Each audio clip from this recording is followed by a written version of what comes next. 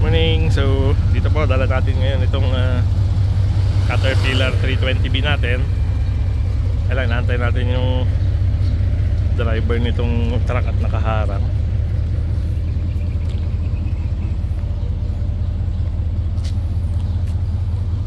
Ito po yung backhoe na galing sa Naminlangan sa Ifugao.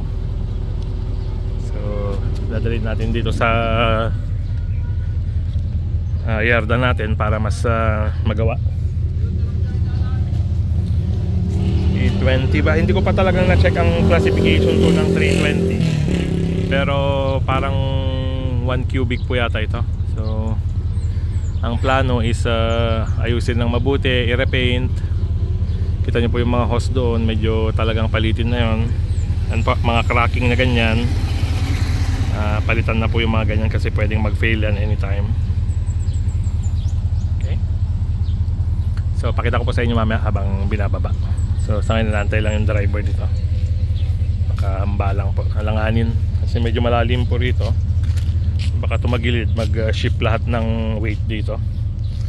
Then baka umangat yung harap, pwede niya matamaan yung head ng tractor head. Okay, so antayin na lang po natin sila. Salamat.